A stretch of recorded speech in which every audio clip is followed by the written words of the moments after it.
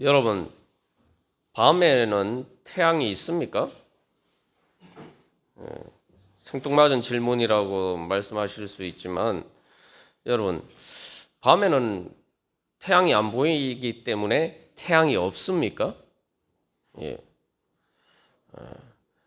여름에는 태양이 강하지만 겨울에는 태양빛이 약해지죠. 그게 여름에는 태양 자체가 그 에너지가 약해져서 그런 겁니까? 아니면 겨울에는 여름에는 강해지고 겨울에는 태양 자체가 이렇게 약해져서 그런 것입니까?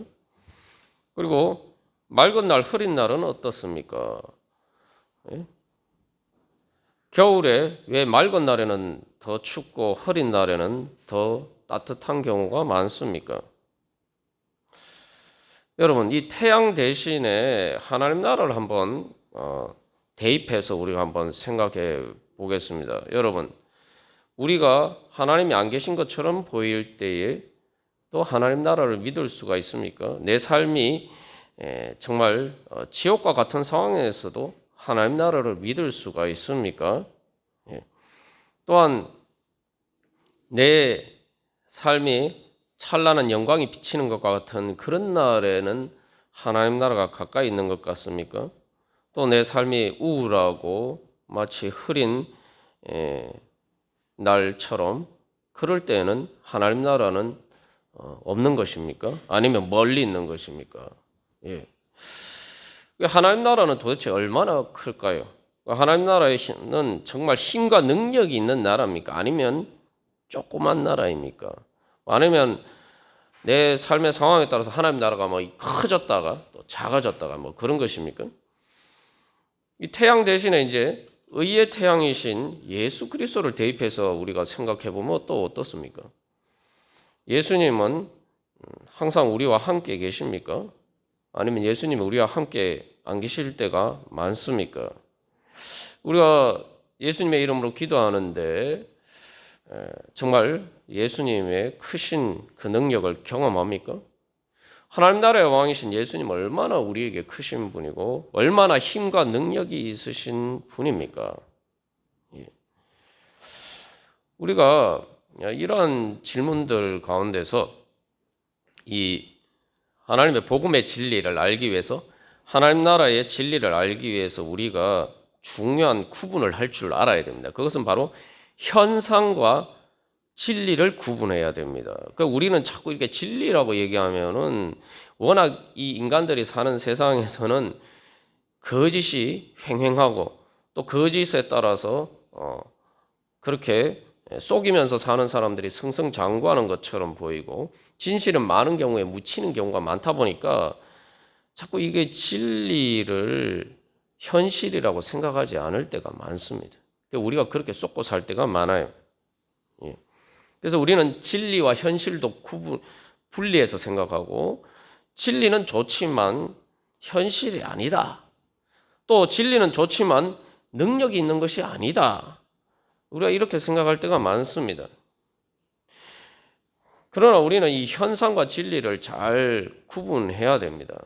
세상의 거짓에 속은 그러한 잘못된 진리에 대한 개념 자체가 바뀌어져야지 우리가 참 진리이신 예수님을 만날 수가 있습니다. 현상이라는 것은 뭐냐면은 현재 지금 내 눈에 비치는 상입니다. 내 눈에 비치는 이미지예요. 예. 여러분, 제가 처음에 질문드렸어요. 태양이 밤에는 있습니까? 여러분, 태양이 밤에 있습니까? 예. 태양이 밤에는 없다가 아침 되면 나타나는 것처럼 보이지만 사실은 우리의 현상에 그런 것뿐입니다. 태양은 밤이든 낮이든 여름이든 겨울이든 맑은 날이든 흐린 날이든 항상 똑같이 변하지 않고 항상 그대로 동일하게 있습니다. 예. 이 앞에 이제 화면을 보시면은 밤에 태양이 있다는 증거가 어디 있습니까? 달이 태양이 있다는 증거죠. 달은 빛이 없습니다. 달이 밤하늘에 밤에 빛나는 것은 태양빛을 받아서 반사하기 때문이에요. 그리고 북극과 같은 그 추운 지역에 겨울이 되면은 거의 뭐 계속 밤이 되죠. 그래서 태양이 전혀 완전히 사라진 것처럼 보이지만 이 우리가 사는 지역에서는 볼 수 없는 그 오로라가 북극 지방에서는 나타나죠. 오로라 현상이. 근데 그 오로라 현상이 왜 나타납니까? 태양에서 날아오는 전하 입자들이 바로 빛나는 것이 바로 오로라죠. 그러니까 어떻게 보면은 밤에 사실은 우리가 태양을 못 본다고 생각하지만 사실은 달을 통해서 태양을 보고 있는 것이고, 가장 추운, 그래서 겨울에는 태양이 아예 뜨지도 않는 북극에서도 바로 오로라를 통해서 태양을 우리가 볼 수가 있는 것입니다. 예. 그래서 겨울과 여름도 사실은 태양이 바뀌는 게 아니에요. 지구가 기울기에 따라서 태양이 좀 더 가까이 가느냐 멀리 가느냐 그것에 따라서 겨울이 되고 여름이 되기도 하죠. 예. 근데 그것에 따라서 사실 우리가 뭐 지금 얼마 전에 추웠던 것처럼 정말 또 가장 더웠던 여름과 비교하면 이게 차이가 참 크다는 것을 알 수가 있죠. 그리고 맑고 흐린 문제도 마찬가지입니다. 그 태양의 문제가 아니에요. 땅에서 일어난 지구의 기후 현상 때문에요. 구름이 덮이면은 태양이 가리고 흐려지고, 구름이 걷히면은 맑아서 태양이 잘 보이는 거예요. 우리가 생각하는 많은 이제 현상에서 이제 태양을 바라볼 때에 많은 것들은 사실은 우리 눈에 비치는 이 땅에서 일어나는 문제지 실제로 태양하고는 아무 상관이 없어요. 그런데 우리가 그 현상을 보고 뭐 태양이 뭐 사라졌다가 다시 나타났다가, 예전에 이제 과학적인 지식이 없었을 때는 그렇게 생각했죠. 예. 그러나 오늘날은 아무도 그렇게 생각하지 않습니다. 그 하나님 나라와 예수님도 마찬가지예요. 우리가 영적인 지식이 무지할 때는 내 상황에 따라서, 내 마음에 따라서, 내 삶의 상황에 따라서, 내가 몸이 아프냐 또 아니냐, 이런 내가 힘든 상황에 있느냐, 아니면 여러 가지 그런 상황에 따라서 우리는 그것에 따라서 하나님과 예수님과 또 하나님 나라를 그런 식으로 내 눈에 비치는 현상에 따라서 잘못 판단할 때가 많습니다. 그러나 내가 어떻게 보든지 간에 오늘 요한계시록 1장 8절 말씀처럼 예수님은 알파와 오메가고 이제도 있고 전에도 있었고 장차 올 자요. 언제나 예수님은 예전이나 지금이나 미래나 항상 전능하신 주 하나님으로 살아계신 분입니다. 그게 예수님의 모습이에요. 언제나 변함없이 동일하게 예수님은 전능하신 주 하나님입니다. 그런데 우리가 보면 어떻습니까?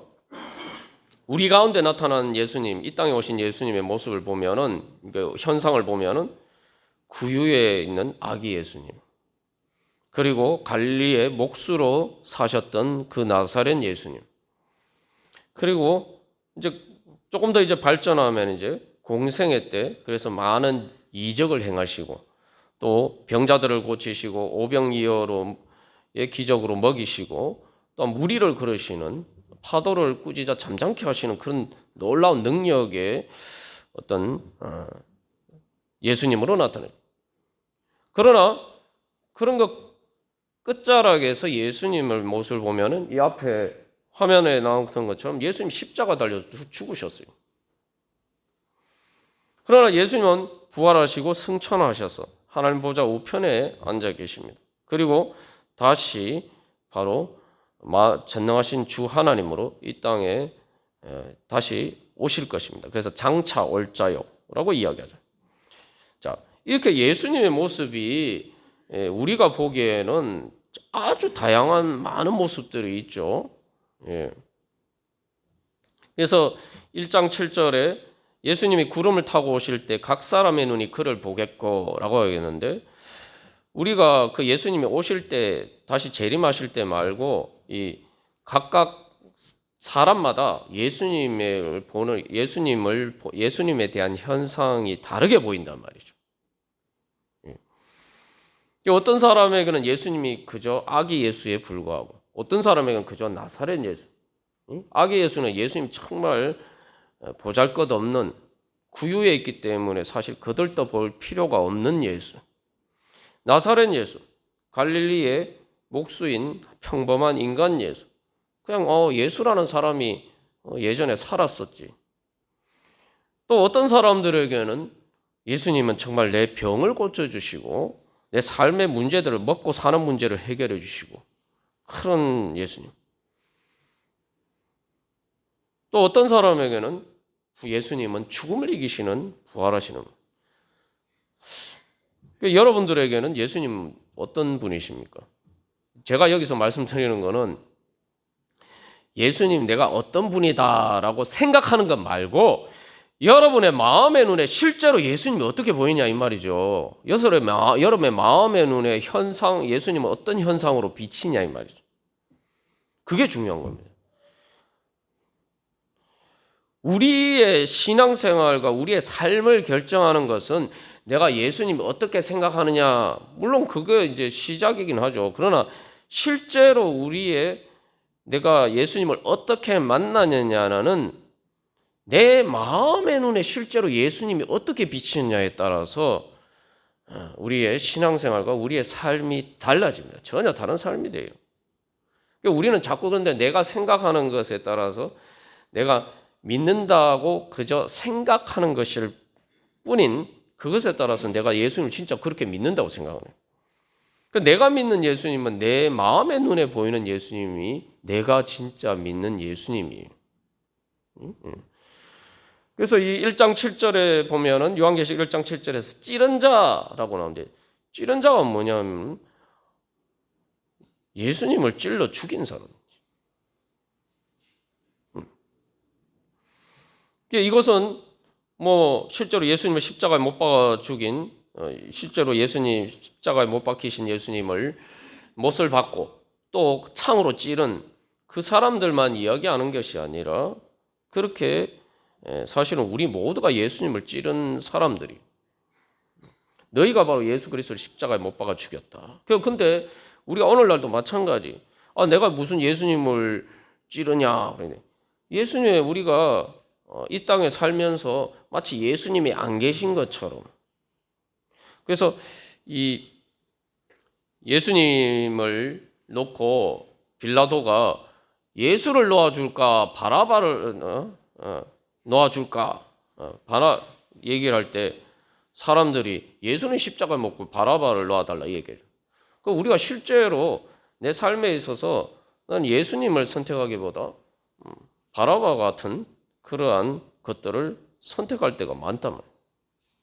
그럴 때마다 주님의 마음을 우리가 찌를 때가 많아요. 성령을 근심하게 하지 말라라고 얘기했는데 우리가 하나님의 마음을 아프게 할 때가 얼마나 많은지 모릅니다. 그럴 때는 사실은 우리가 예수님을 볼 때 정말 전능하신 주 하나님으로 내 눈에 비치지 않기 때문에 그런 거죠.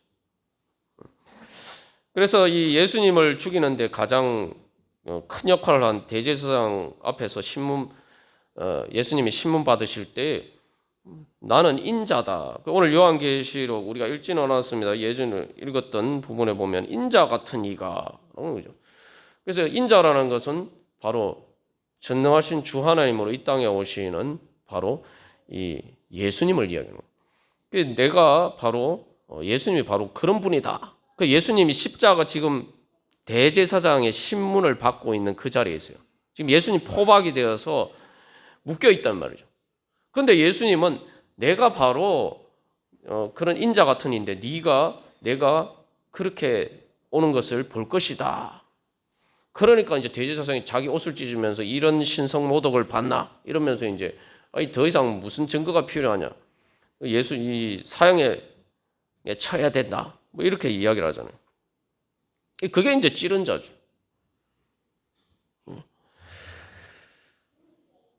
그러나 각 사람이 내가 예수님에 대해서 어떻게 생각하든 상관없는 거예요.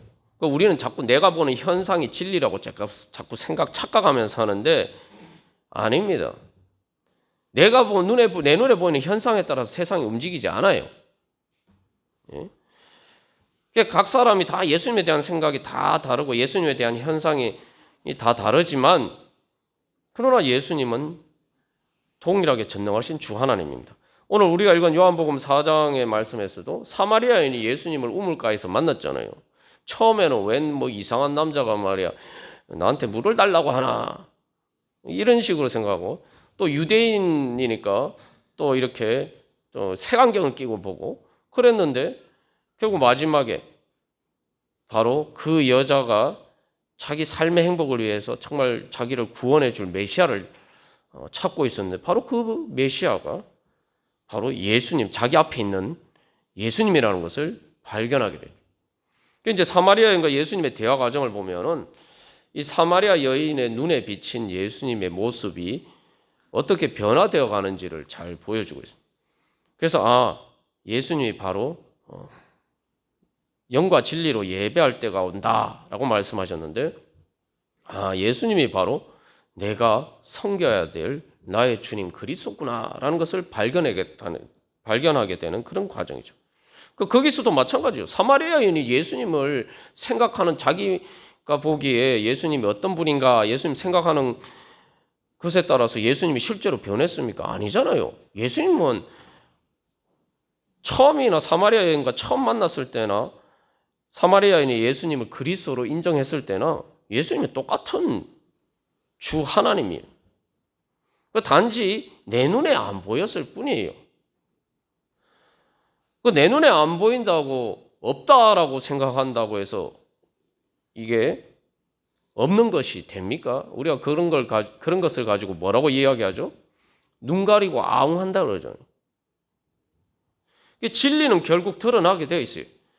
요한계시록이 왜 계시록입니까? 계시라는 게 뭡니까? 감추어진 것이 드러나는 거예요. 사실 감추어지지 않았어요. 여러분 태양이 감추어져 있습니까? 태양은 우주에서 찬란하게 빛나고 있어요. 엄청난 에너지와 빛과 열 에너지로 태양은 만천하에 다 이렇게 드러나 있어요. 그런데 왜 지구에는 태양이 안 보이는 밤이 있습니까? 지구가 돌아서 가리어서 그렇죠. 그림자가 생겨서. 우리도 마찬가지. 내가 예수님을 보는 게 그때그때 따라서 달라지는 것, 내 마음에 비치는 예수님의 모습이 달라지는 것은 내 마음에 그림자가 있기 때문이에요. 그림자를 만드는 그 예수님을 보지 못하게 만드는 장애물이 있기 때문입니다. 그래서 이제 여기서 우리가 뭐 송구 영신예배 때도 나누었는데 그래서 이 예수님을 제대로 보려면은 진짜 예수님의 모습을 보는 것이 그래서 바로 예수님이 구름 타고 오시는 예수님 재림하실 때 그 모습이 이제 진짜 모습이라는 거예요. 그때 되면은 모든 사람들이 다 아무리 눈 가리고 아웅해도 더 이상 그렇게 눈 가리고 아웅할 수 없는 때가 온다는 거죠. 그래서 예수님이 전능하신 주 하나님이라는 사실을 모두가 부인할 수 없이 인정할 수밖에 없는 그때가 온다는 거예요. 그게 종말입니다. 그게 종말이에요. 그러나 이 성령을 통해서 우리가 믿음의 눈이 밝아지면 성령의 빛을 받으면 우리가 그 예수님을 오늘 바로 예배 가운데 우리가 또한 주님을 만날 수가 있다는 거죠. 그래서 이 사도 요한은 바로 성령에 감동되었을 때에 바로 다시 오실 바로 그 예수님을 그가 그 음성을 듣고 그 영광을 보고 그리고 그 예수님의 능력의 손길을 경험할 수가 있었던 것입니다. 그래서 이게 영적인 시각이에요. 그래서 영적인 시각은 항상 종말론적인 시각입니다. 종말론적. 그게 무슨 말이냐면은 우리가 아무리 눈 가리고 아웅해도 마지막에 가면은 진실은 다 드러나게 되어 있어요. 사건의 진상이 다 드러나게 되어 있습니다. 그게 종말이에요. 그러니까 각 사람의 눈, 이게 각 사람이라고 번역되어 있는 게 영어로 하면 every예요. 모든 사람이라는 원문하는 상에는 의미는 모든 사람이에요. 모든 사람이 다 볼 거란 말이죠. 아무도 부인할 수 없이 모든 사건의 진상이 다 드러나게 되어 있단 말이에요. 그게 이제 우리가 예를 들어서 이제 제가 말씀을 드렸죠. 그게 이제 지평선이에요. 지평선.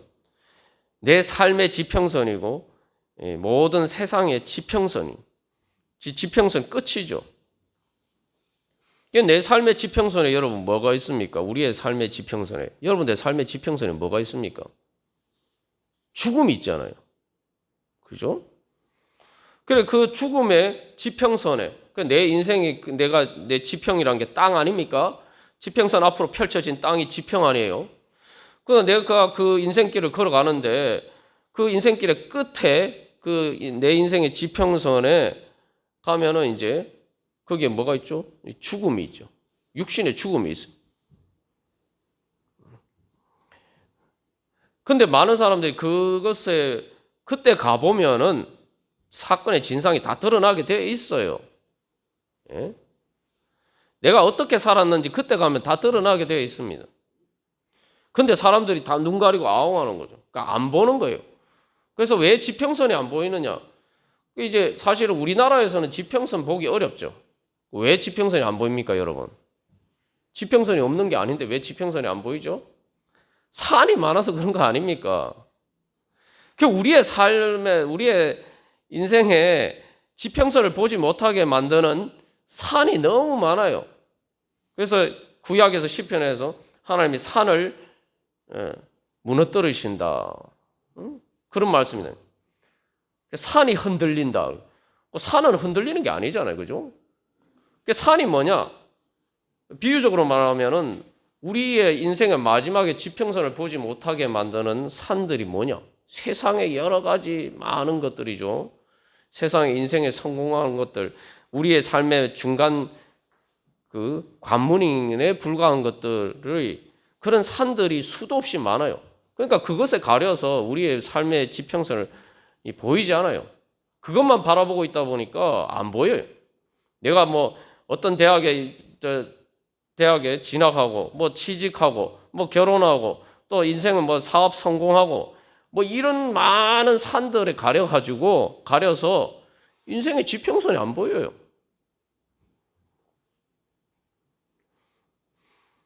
그러나 여러분 인생 살아보시면 아시겠지만 나이 60만 넘으면은 그 산들 다 사라집니다. 그렇게 높은 산들처럼 보이는 것들 다 사라져요. 그러면서 내 인생의 지평선이 이제 저 멀리서 이제 서서히 보기 시작해요. 이 젊었을 땐 잘 안 보여요. 그 인생의 마지막 지평선이 보이는 징조가 뭔지 아십니까? 그 사람들이 인생의 마지막 지평선이 막 이제 예전에는 젊었을 때는 세상 영광에 눈이 이생의 안목의 정욕과 이생의 자랑과 그런 세상 정욕에 눈이 가려서 그런 산들에 가려서 안 보이던 것들이 서서히 이제 보이기 시작합니다. 그게 뭡니까? 몸을 통해서 나타나잖아요. 젊었을 때는 안 그런데 이제 몸이 여기저기 막 고장이 나기 시작해요. 예? 이 노아의 과정 속에서 결국은 그런 것들이 결국 마지막 인생의 지평선이 서서히 징조가 보이기 시작. 그런데도 불구하고 깨닫지 못하고 눈 가리고 아웅하고 아이고 이게 저기 몸이 아프니까 이거 어떻게 나아야 되나 이것만 관심이 있어요. 아무리 건강하게 살아도 그 인생의 지평선을 피할 수 없는데 그 지평선에 대해서는 보지 않고 당장에 몸 아픈 것만 보고 있어요. 그 몸이 아픈 것이 무슨 징조를 지금 무엇을 가리키는 징조인지 전혀 그것은 생각하지 않는다.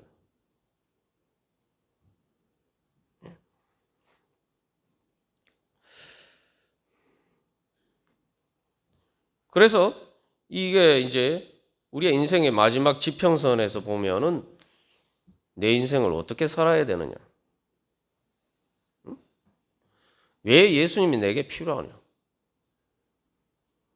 그 인생의 마지막 지평선을 보지 않으니까 예수님이 왜 필요한지 생각 안 하는 거예요. 뭐 저는 뭐 사실 10대 때 사춘기 때도 벌써 보니까 뭐 육신의 죽음의 지평선이 아니라 내 마음의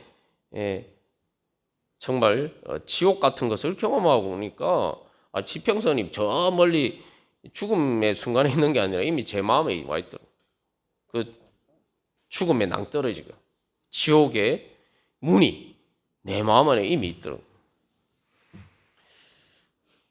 그러니까 이제 우리는 그래서 사건의 진상은 그 종말론적인 종말에 대해서 볼 수 있을 때 우리가 사건의 진상을 알 수가 있어요. 그런데 우리가 산에 가려 있고 그래서 우리가 실제로 영적 마음의 눈이 근시가 돼서 가까이 있는 것들만 봐요. 그래서 마지막 인생의 지평선이 보이지 않는 겁니다. 그러니까 예수님도 보이지 않아요. 왜 예수님이 필요한지 내 인생에서 필요한지 보이지 않습니다. 그러니까 그것도 착각이죠. 인생의 지평선이 저 멀리 있다고 생각하는데 때로는 바로 눈앞에 목전에 와 있는 경우도 많죠.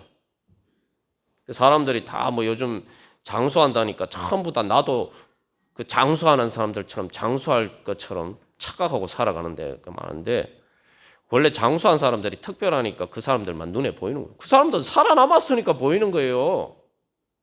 이미 죽은 사람들 눈에 안 보이니까 전부 다 장수한 사람들만 눈에 보이니까 아유 나도 저렇게 장수하게 살겠지 착각하면서 사는 거예요. 그래서 사건의 진상은 마지막에 보이는데 그래서 하나님이 예수님 말씀하셨죠. 나는 알파 오메가 마지막이래요. 근데 이제 예수님은 동시에 알파 시작이란 거예요. 이게 무슨 말씀이냐면은 하나님은 처음과 끝을 시작과 끝을 다 보이십니다. 그러니까 우리가 그래서 뭔가 사건의 진상을 제대로 알려면 시작과 끝을 다 봐야 돼요. 그래야지 우리가 갈 길을 알 수가 있죠. 요즘 이제 대부분 그 차를 가지고 내가 모르는 곳을 찾아갈 때 어떻게 찾아갑니까? 내비게이션을 사용하죠. 여러분, 내비게이션은 어떻게 길을 알고 우리들에게 길을 안내해 줄까요? 내비게이션은 시작과 끝을 다 보고 있어요. 뭡니까? 내비게이션 인공위성의 신호를 받아서 길을 안내해 준다. 인공위성은 지구 저 위에서 보니까 처음과 끝 이게 전체를 다 조망을 하거든요. 그러니까 길을 아는 거예요. 시작이 어디고 끝이 어디인지. 하나님은 시작과 끝을 다 아신단 말이에요. 그래서 예수님은 나는 알파 오메가 이제도 있고 전에도 있었고 장차 올 자요. 과거 현재 미래 예수님은 다 보고 계신다. 다 주관하신다. 그러니까 여기서 우리가 한 가지 깨달아야 될 중요한 진리가 있습니다. 예수님의 말씀 무조건 들어야 돼요. 미래를 아는 사람 아무도 없어요. 사람들이 다 미래를 예측하지만 지금 1초 후도 어떻게 될지 지구상에 아무도 모릅니다. 그냥 예상만 할 뿐이에요. 아니 정권회사 애널리스트들이 미래를 그렇게 다 알면 그 사람들 벌써 갑부가 됐죠. 예상만 할 뿐이에요. 아무도 몰라요. 미래를 아는 분은 오직 예수님밖에 없어요. 그래서 예수님이 나는 이제도 있고 전에도 있었고 장차 올 자요. 나는 시작과 끝을 다 아시는 분은 하나님밖에 없어요. 그럼 시작과 끝을 다 아시는 분이 보고 야 너는 이 길로 가라. 너는 그 길로 가면 안 돼. 이렇게 말씀하시면 그거 무조건 들어야죠. 내가 안 듣는다면은 예수님이 알파 오메가라는 것을 안 믿는 거죠. 뭐 이렇게 말하는 저도 참 이 말씀을 통해서 새롭게 깨닫게 됩니다. 아유, 내가 참 어리석었구나. 한 치 앞도 못 보면서 다른 사람들 몰라요. 세상에서 사람들이 뭐 이렇게 살아야 돼. 뭐 이렇게 해야 돼. 뭐 전부 다 우리가 내가 조금이라도 잘 살아보려고 막 길을 곤두세우고 막 여기저기 막 정보를 입수하려고 막 그렇게 하고 사람들에게 세상에 막 귀를 기울이는데 사실 우리에게 말해주는 그 어떤 사람도 사실 미래에 대해서 아무도 몰라요. 요즘 뭐 집값이 이렇게 떨어졌다지만 부동산 예측하는데 전부 다 어떤 사람은 10년 전부터 부동산 떨어질 거라고 하는데 뭐 부동산 뭐 떨어졌네. 집값만 올라갔다. 그러나 그러니까 이제 더 올라갈 거라고 얘기했는데 또 집값이 떨어졌어. 아무도 몰라요. 근데 우리는 세상의 소리에는 막 귀를 곤두세우고 막 그러면서 예수님의 음성을 듣기 위해서 주님의 말씀의 자리가 말씀을 듣고 또한 기도하러 나아가지 않아요. 여러분 기도할 때 제일 중요한 건 예수님의 음성 듣기 위해서 주님의 뜻을 알기 위해서 기도해야 됩니다. 예? 그냥 생각해 보면 참 어리석은 일 아닙니까? 예수님께 그래서 우리가 주님의 말씀에 순종하지 않는 것은 예수님을 주 하나님으로 안 믿는 거예요. 예수님이 알파와 오메가라고 안 믿는 거예요. 그 내가 미래를 다 안다고 생각하고 이게 가만 생각해보면 상식적으로 생각해 보면은 우리가 당연하게 믿는다라고 생각하는 말씀에 비추어서 말씀의 문자적인 의미 그대로 거기에 비추어서 생각해 보면 우리가 얼마나 믿음이 없는지 뭐 제 자신부터 마찬가지고 참 깨달아 알 수가 있는 거죠. 그래서 이게 현상과 진리를 우리가 잘 구분해야 돼요. 그래서 진실을 다 감출 수 있다고 생각하지만 그래서 거짓으로 예수님이 사실을 빌라도나 대제사장이나 전부 다 예수님이 죄인이 아니라는 사실을 다 알고 있었어요. 그런데 자기들의 욕심 때문에 자기들의 권력 때문에 자기들의 이권 때문에 다 눈 가리고 아웅하고 예수님이 죽을 수밖에 없는 사형에 합당한 죄인이다라고 거짓말해서 예수님을 십자가 못 박아 죽였잖아요. 근데 예수님 부활하셨어요. 하나님이 부활하게 하셨다. 여기서 중요한 것은 하나님이 예수님을 부활하게 하신 것은 하나님이 의의 하나님이시기 때문에 세상에 사람들이 죄인이 아닌데 억울하게 사형당해서 사형에 판결 내려서 죽이는 경우가 얼마나 많습니까? 세상에서 그렇게 감춰질지 모르지만 하나님은 의의 하나님이시기 때문에 예수님이 죄인이 아니시기 때문에 예수님을 부활하게 하심으로 바로 예수님이 의로우신 분이다 라는 것을 나타내셨다는 거예요. 그게 성경이 말하고 있는 예수님의 부활의 증거죠. 그러니까 예수님의 부활과 승천과 재림은 세상의 죄의 거짓으로 감추어진 모든 것들을 다 만천하에 드러내신 거예요. 이제 그렇기 때문에 우리는 그 진리에 따라서 살아야 됩니다. 자꾸 세상의 사람들이 거짓에 따라서 사는 사람들이 성공하는 모습을 많이 보니까 뭐 세상에 진리가 승리하기는 하는 일은 별로 없는 것 같아. 우리가 이렇게 자꾸 생각해요. 그러나 여러분, 태양이 그러하듯이 언제나 비치고 있는 태양이 그러하듯이 태양은 지구에 영향력을 미칩니다.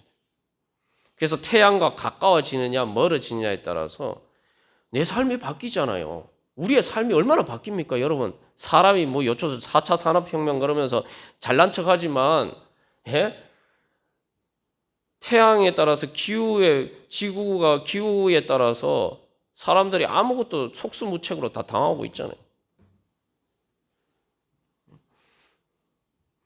세상에 아무리 지구상에 제일 좋은 컴퓨터도 날씨를 정확하게 맞추지 못해요. 그래서 그게 뭐냐면 영적으로 우리에게 이제 비유적으로 적용해 보면은 우리가 하나님과 내가 얼마나 어떤 관계에 있느냐가 우리의 삶에 결정적인 영향을 미치는 거예요. 예? 내가 하나님과 조금 더 가까워지고 멀어지느냐에 따라서 내 삶이 잎이 무성한 여름이 될 수도 있고 추운 겨울이 될 수도 있어요. 내가 주님께 지구가 이렇게 돌면서 태양을 등지면은 그림자가 지어서 밤이 되죠.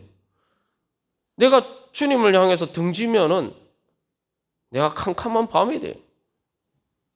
그러나 내가 주님께 회개하고 주님께 돌이키면은 찬란한 주님의 영광의 빛이 나에게 비치는. 그래서 우리가 이제 중요하게 깨달아야 될 것은 내 삶이 다 이 땅에서 막 사람들이 내가 생각하는 대로 막 이렇게 그것에 따라서 내 삶이 결정된다고 착각하면서 살아가는 게면 안 됩니다. 여러분, 이 땅에서 우리가 살아가면서 겪는 이 땅에서 우리가 먹고 사는 문제나 이런 모든 문제가 다 뭐에 의해서 결정됩니까? 한번 여러분 뭐에 의해서 결정됩니까? 하늘에 의해서 결정됩니다. 기후에 의해서 결정돼요.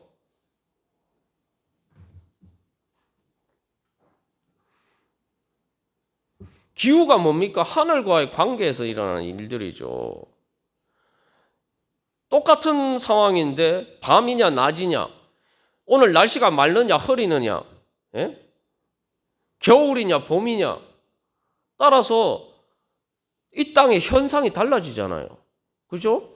겨울에는 앙상하고 황량하잖아요. 근데 날씨가 따뜻해지면 기가 막히게 새싹이 도르면서 또 꽃이 피고 세상이 아름답게, 뭐 5월이 계절의 여왕이라고 얘기하는 것처럼 세상이 천국처럼 변해요. 봄 되면. 그게 땅의 문제입니까? 아니잖아요. 태양과의 관계의 문제예요. 우리가 지구상에서 자연의 원리를 통해서 내 삶이, 이 땅에서 내가 살아가는 대부분의 삶의 문제들이 하늘과의 관계에 의해서 결정이 된다는 걸 자연을 통해서도 우리가 잘 알면서도 내 삶이 하나님과의 관계인 영적인 문제에 의해서 내 삶의 양상이 달라진다, 내가 보는 현상이 달라진다라는 생각을 우리가 하지 못하고 살아가고 있어요. 제가 경험한 게 그래요. 저도 하나님과 관계, 그러니까 저는 땅의 현실만 보고, 아이고 이런 땅에 이런 문제가 해결되면은 내 삶에 천국이 오겠지, 내가 행복해지겠지, 내가 잘 되겠지, 그렇게 생각했는데 그게 아니더라고. 예수님을 내가 만나고 내가 예수님을 보고 내 영안이 뜨여져서, 내 마음의 눈이 뜨여져서 내 영적인 감각으로 예수님을 보느냐 안 보느냐에 따라서 내 삶이 달라진다. 우리가 그래서 내 눈에 보이는 현상에 따라 살면은 황당하게 됩니다. 진짜 말 그대로 황당하게 돼요.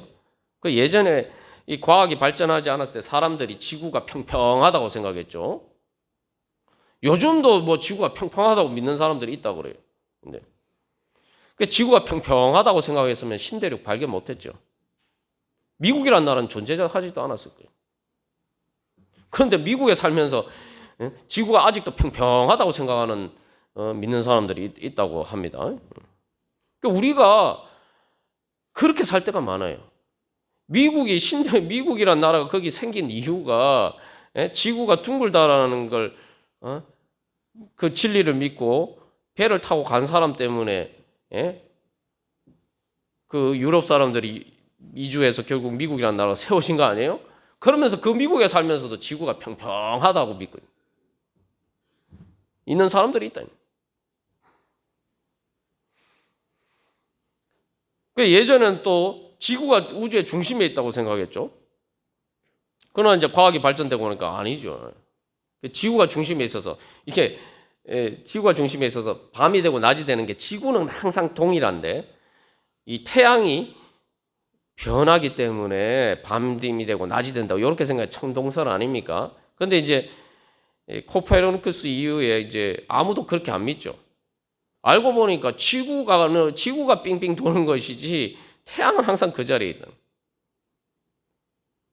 우리가 그렇게 살 때가 많아요. 나는 가만히 있는데 하나님이 나한테 뭐 기도 응답을 안 하셔서 그렇고, 뭐 하나님이 나한테 말씀 안 하시고, 하나님이 나를 사랑 안 하셔서 그렇고, 뭐 이렇게 생각한다. 하나님은 뭐 변하시는 거죠. 중요한 건 내가 변해서 그런 건데, 내가 주님 앞에 올바로 나아가지 않아서 그런 건데, 사실 내 문제인데 하나님 문제라고 착각하고 살아요. 그러니까 하나님의 은혜를 못 받는 겁니다. 그래서 코페르니쿠스적인 전환처럼 회개를 해야 돼요. 내가 중심이 아니라 하나님이 중심이고, 중요한 거는 하나님은 어제나 오늘이나 내일이나 영원히 변하지 않고 나를 항상 동일하게 나를 사랑하신다는 사실을 우리가 기억해야 돼요. 중요한 건 내가 주님을 사랑하지 않기 때문에. 문제는 내게 있는 거예요. 그러면은 새로운 삶의 길이 보입니다. 여러분 생각해봐요. 내가 문제가 아니고 이런 삶의 상황이 문제고 하나님이 문제고 내가 응답하시지 않는 하나님이 문제고 이런 다른 사람들이 문제고 이렇게 천동설적인 천상천하 유아독존 내가 우주의 중심이다 이렇게 생각하고 살면은 해결 방법이 없어요. 아니 내 자신도 해결 못하는데 다른 사람을 내가 어떻게 바꿉니까? 내 마음도 내가 마음대로 통제 못하면서 다른 사람을 어떻게 내 마음에 맞게 바꿀 수 있겠어요? 그 방법이 없어요. 방법이 없어요. 그럼 삶의 해결책이 없어요. 그러나 문제가 내게 있다 생각하면 내가 변하면 된다. 내 문제가 내게 있다고 생각하면은 하나님은 그리고 그 언제나 어제나 오늘나 동일하게 나를 늘 사랑하시고 내 문제를 해결해 주시려고 나를 기다리고 계시고 지금도 나를 찾아와서 나에게 말씀하신다. 그러면은 내가 믿음으로 주님 앞에 나가기만 하면 문제가 해결되는 거예요. 내게 문제가 있으면은 내가 믿음으로 내 문제를 가지고 주님 앞에 나가기만 하면은 이 문제가 해결되는 거예요. 세상이 달라지는 거예요. 우리가 이렇게 그러한 진리에 눈을 떠야 됩니다.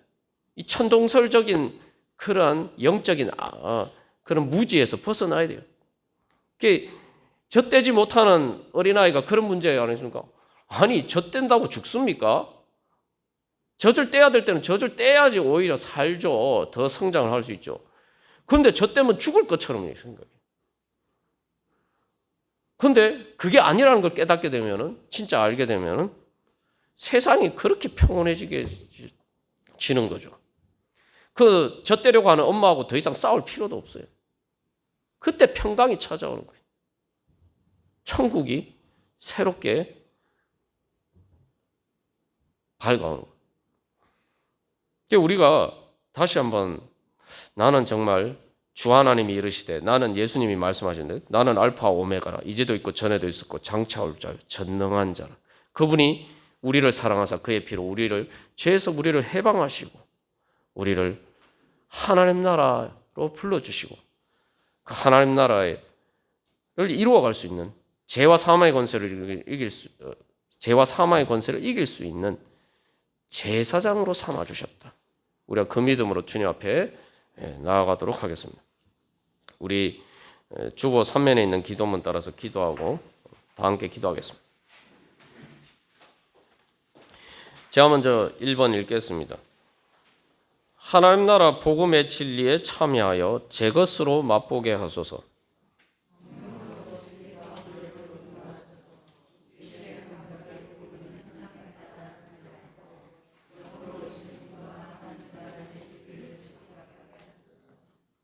성령 안에서 영이 자라고 믿음의 지각이 발달하여 예수님을 만왕의 왕 전능하신 주 하나님으로 예배하고 만나게 하소서.